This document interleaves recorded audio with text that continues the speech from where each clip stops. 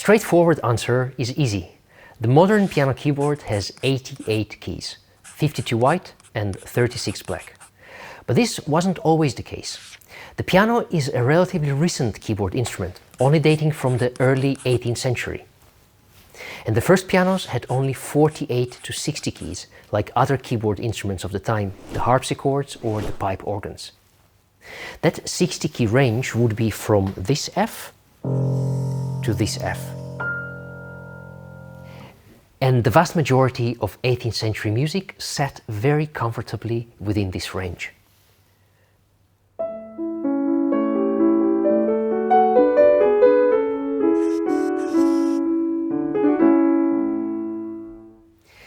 Until the arrival of Beethoven.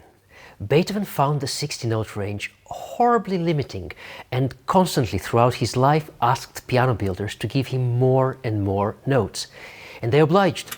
During his life he got an entire extra octave in the upper range of the keyboard, and finally when he was 47 years old he also got a piano that had 5 extra notes on the bottom of the keyboard.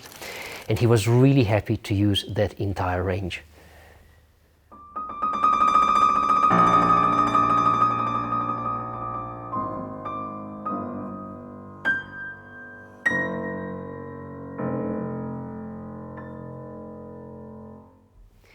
But as you can see, even the highest range which Beethoven had was still less than what we have today.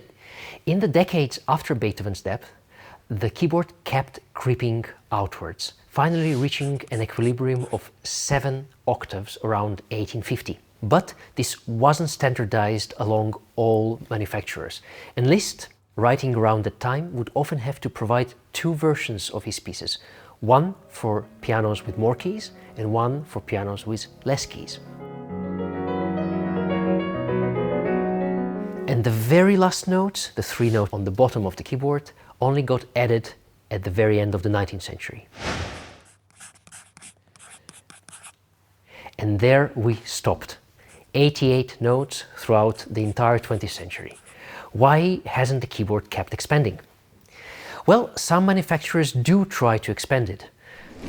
Notably, we have the Bösendorfer Imperial model with 97 keys, all the extra ones being at the bottom of the keyboard. And I once had a chance to play on a piano by the French piano builder Stephan Aubé. That one had 102 keys, expanding in both directions. Why has this not become the norm? Probably for manufacturing reasons. The strings for the very high notes have to be made from special alloys, otherwise they snap and break as soon as you try to tune them because they're so short.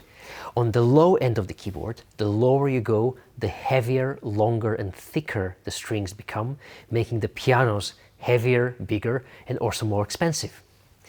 And there is not a lot of pressure from either composers or pianists to expand the range.